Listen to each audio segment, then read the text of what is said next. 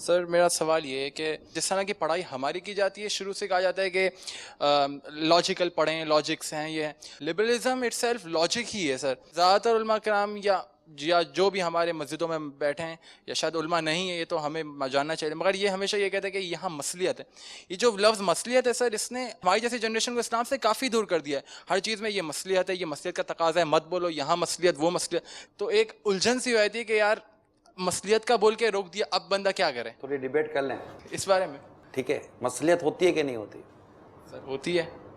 اب کہاں ہی ایسا سوال ہوا جہاں واقعی مصلیت ہے اور کسی نے کہا کہ مصلیت ہے، تو مانیں گے کیوں نہیں؟ مانا جائے گا، لیکن اگر آپ کو اس کی جگہ پہ لاجیکل ڈیبیٹ پہ کوئی آپ کو ہرا دیتا تو آپ کہتے ہو کہ صحیح ہے، پھر مصلیت نہیں، یا تو اس کو علم نہیں تھا، یا تو پھر جو لاجیکلی بتا رہے یہی صحیح ہوگا. بعض جگہوں پر لاجک بتائی نہیں جاتی، بلکہ سامنے والے کی عقل و سوچ کے مطابق جواب دیا جاتا ہے. سر یا تو اس کو بتا دے کہ یہ تمہاری سمجھ کی نہیں ہے. میٹرک کا اسٹوڈنٹ اگر کسی سر سے جا کر کوئی بہت بڑی کلاس کا سوال کرتا ہے تو سر اس کو جواب تو دے گا، پتہ ہے جواب دوں گا تو سمجھ میں تو آئے گا نہیں، تو وہ اس کو بیچارے کو بولے گا کہ تو سمجھدار نہیں ہے، تو بھی پھنسے گا، بولے گا میں بیوقوف بول دیا میرے کو سر نے. اب اس کو کوئی نہ کوئی بیچارے کو گھما کر ایسی بات تو کرنی ہے نا جس سے وہ تھوڑا ویٹ کر لے گا، یا چلو 2-4 سال کے بعد اس کو سکھاؤں گا. اس کے بارے میں آپ کیا کہیں گے؟ میرے اسلام سے بالغ ہونے کے بعد اسلام کی کافی باتیں آپ کو سمجھ میں آ جاتی ہیں. کچھ باتیں جو ہیں آپ کو نہیں سمجھنی تو اوکے.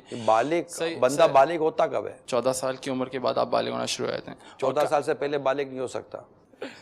اب آپ بولے یار 14 سال سے پہلے بالغ کیسے ہو گیا؟ تو بولیں گے میں یہ بولوں گا مصلیت ہوگی کوئی 14 سال سے پہلے بالغ ہو. سر آپ بتا سکتے ہیں کہ آپ کی نالج میں نہیں ہے. 15 سال کا ہو گیا اسلامی ڈیٹ کے حساب سے، اور کوئی بالغ ہونے کی علامات اب تک ظاہر نہیں ہوئی، تب بھی 15 سال اسلامی تاریخ کے ہوتے ہی اس پر بالغ کے احکام شروع ہو گئے.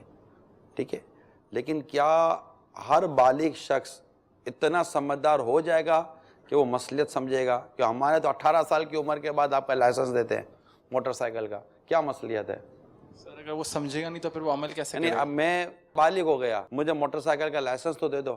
آپ ابھی بچے ہو، میں بالغ ہو گیا ہوں، مجھے موٹر سائیکل کا لائسنس کیوں نہیں دے رہے آپ؟ میں چلا سکتا ہوں، کیوں نہیں دے رہے آپ؟ سر یہ چیزیں نہ سیکھی جائیں، نہیں سمجھی جائیں، اگر اسلام کی چیزیں نہ پتہ ہوں آپ کو تو سر فرق پڑتا ہے، کیونکہ زندگی گزارنے کا طریقہ اسلام ہی ہے نا سر. میں یہی عرض کرنا چاہ رہا ہوں. اب آپ مثال کے طور پر ایک نوجوان آیا 15 سال کی عمر میں، 16 سال کی عمر میں بالغ ہوں، اور ایک عالم صاحب سے ایک ایسی بات پوچھ رہا ہے کہ جو ابھی اس کے لیے سمجھنے کی چندہ حاجت نہیں ہے، ضرورت نہیں ہے. بہت سارے ایسے میٹر ہوتے ہیں. ایک اسٹوڈنٹ اس بات کو سمجھنے میں شاید دیر نہیں لگے گی، اور وہ اس کو تھوڑا سا مصلیحت کے ساتھ جواب دے تو کیا ہر سوال کا جواب ڈائریکٹلی سوال کے مطابق ہو جائے؟ یہ ضروری تو نہیں ہوتا، کیونکہ پہلے تو میں ان کو ڈیفینس کر رہا ہوں جن کے بارے میں آپ تذکرہ کر رہے ہیں. ٹھیک ہے، سرکار صلی اللہ تعالیٰ علیہ وآلہ وسلم سے کسی نے آ کر عرض کی یا رسول اللہ صلی اللہ تعالیٰ علیہ وسلم قیامت کب قائم ہوگی؟ جواب کیا ہونا چاہیے تھا؟ بہت جلد. سرکار صلی اللہ تعالیٰ علیہ وآلہ وسلم الرحمن علم القرآن، کہ پیارے حبیب صلی اللہ تعالیٰ علیہ وسلم کو رحمان نے قرآن سکھایا، اور قرآن وہ جس کے بارے میں فرمایا کہ اس میں ہر شے کا علم موجود ہے، ہر خشک و تر شے کا علم اس قرآن میں موجود ہے. سوال کیا تھا؟ قیامت کب قائم ہوگی؟ اور ارشاد کیا فرمایا؟ انہوں نے قیامت کی تیاری کیا کی ہے. سوال کچھ اور ہے، جواب اس سے ریلیٹڈ ہے مگر کچھ اور ہے، کیونکہ اس کی عقل اور سوچ و شعور کے مطابق سرکار صلی اللہ تعالیٰ علیہ وسلم نے اسے جواب عطا فرمایا. تو بسا اوقات ایسا ہوتا ہے کہ بات واقعی کسی مصلحت پر مبنی ہوتی ہے. جیسے اگر کوئی آ کر عام آدمی پوچھ لے کہ یہ کیا بات ہوئی کہ اسلام کے والد صاحب کے انتقال کے بعد بیٹے کو دو حصے مل رہے ہیں تو بیٹی کو ایک حصہ مل رہا ہے، تو کیا کہے گا؟ ایک عالم کیا سمجھائے گا آپ کو کہ یہ آپ کی عقل میں نہیں آ رہا نا؟ لیکن اس میں اللہ تبارک و تعالیٰ نے حکمت رکھی ہے، اس پہ مصلحت رکھی ہے. ہم بعض ایسے کئی علوم ہیں جنہیں ہم صرف حکمت و مصلحت پر ہی جانتے ہیں. کئی آیات کریمہ ہیں جن کے معنی مطالب نہیں بیان کیے جائیں گے. یاسین ہے، کون مطلب لکھے گا اس کا؟ آیات متشابہات الگ ہیں کہ جن میں پڑھنے کا منع کیا گیا. مفتی صاحب یہی جی ہے. تو بہت ساری چیزیں ایسی ہوتی ہیں. ان کی تشریح بیان کرنے سے عرض کرنے کا مقصد یہ ہے کہ بسا اوقات یہ ہوتا ہے کہ واقعی اس کی مصلحت اور حکمت ہوتی ہے جو وہاں پر بیان کرنے کا موقع اور ماحول نہیں ہوتا. یہ ایک ہو گئی. دوسری چیز ہوتی ہے واقعی جس کو آپ نے پوچھا نا اس کے بعد علم نہیں ہوتا، اور وہ کہہ دیتا ہے کہ اس میں کوئی مصلحت ہے، تم کو نہیں سمجھ پڑے گی. تو یہاں کنفیوژن پیدا ہوگی. لہٰذا یہاں پر باقاعدہ جہاں سمجھانا ہے وہاں جیسے میں آپ کو 2 جملے کہہ سکتا تھا کہ جس سے آپ کو کہا ہے نا مصلحت ہوگی، وہاں واقعی کو مصلحت ہوگی، اور میں آپ کو جواب نہیں دے رہا ہوں نا، اس میں بھی کوئی مصلیت ہے، آپ کو نہیں پتا ہوگا، تو آپ میری مصلیت کی 4 مصلیتیں سن کے آپ بیٹھ جاتے ہیں، میں بوڑھوں کا کیوں بیٹھ گئے تو آپ کہے گا کہ میرے بیٹھنے میں بھی مولانا ایک مصلیت ہے، آپ کو نہ پتہ چلے، تو یوں مصلیت کا سیشن چل جائے گا۔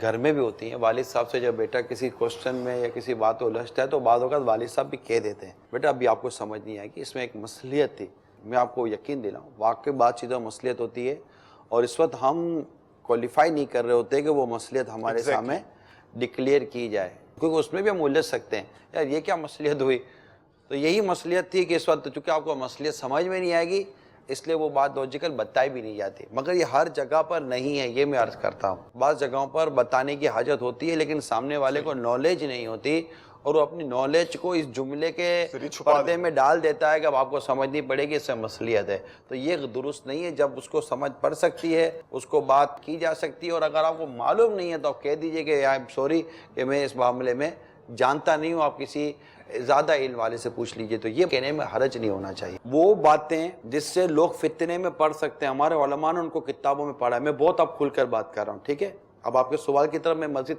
ایک اسٹیپ فارورڈ ہو رہا ہوں، وہ باتیں جو ہمارے علماء نے حدیثوں میں پڑھی ہیں، کتاب پڑھی ہیں، لیکن عوام میں بیان نہیں کی، اس میں حکمت تھی، مصلحت تھی، اور لوگوں کے گمراہ ہونے سے ان کو بچانا مقصود تھا۔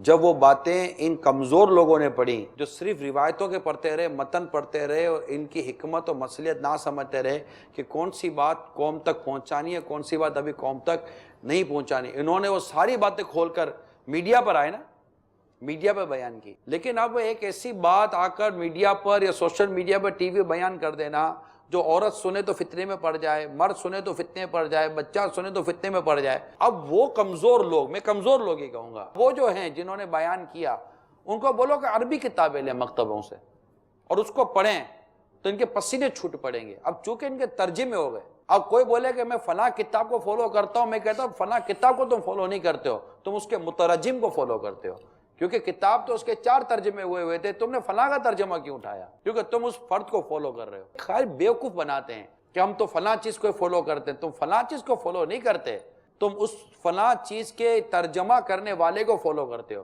کیونکہ ترجمہ تو فلاں نے بھی کیا تھا، لیکن تم نے کہا نہیں یار یہ آدمی صحیح نہیں ہے، اس کا مطلب تم نے خود ہی اپنے ذہن میں اس کے صحیح اور غلط کا انتخاب کیا اور آپ نے اس آدمی کا ترجمہ اٹھا جس کو آپ صحیح سمجھتے تھے، اب وہ جو راستہ دکھائے گا وہ راستے پہ چل رہے ہو، تو آپ اس کتاب کے بتائے ہوئے پہ چل رہے ہو یا اس کے ترجمے پہ چل رہے ہو؟ ترجمے پہ چل رہے ہیں، اس کی شروحات پر چل رہے ہیں، تو یہ تو خالی بیوقوفوں بنانے والی عموماً بات ہوتی ہے کہ ہم تو کسی کو فالو نہیں کرتے، ہم تو کتاب کو پڑھتے، تو کتاب کون سے عربی پڑھتے ہیں یا اس کے اصل وہ کتاب اس متن کو پڑھتے ہیں؟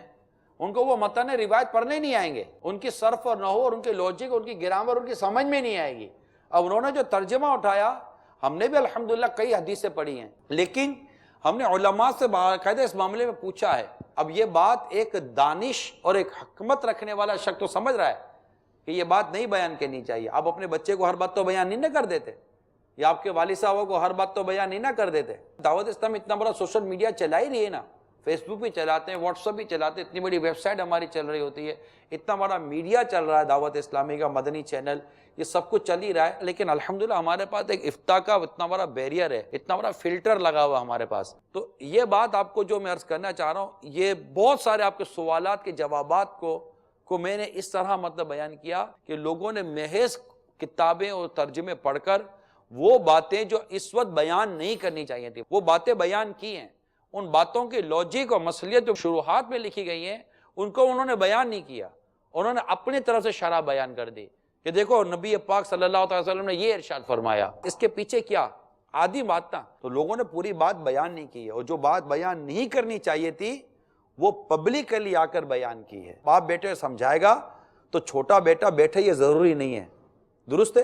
باپ اگر بیٹے کو کوئی بات سمجھائے گا تو بیٹی بیٹھی ہو یہ ضروری نہیں ہے، اگر شوہر اپنی بیوی کو کوئی بات سمجھائے گا تو اولاد بیٹھی ہو یہ ضروری نہیں ہے، اگر بہو کو کوئی بات سمجھائی جائے گی تو بیٹی بیٹھی ہو یہ بھی ضروری نہیں ہے، اور جو بغیر کسی مصلحت کے بغیر کسی حکمت کے سب کو بٹھا کر ساری باتیں بیان کرتا رہے تو لوگ اس کے گلے میں ایک تختی ڈال دیں گے جس پہ لکھا ہوگا اس بے وقوف سے بچ کر رہنا۔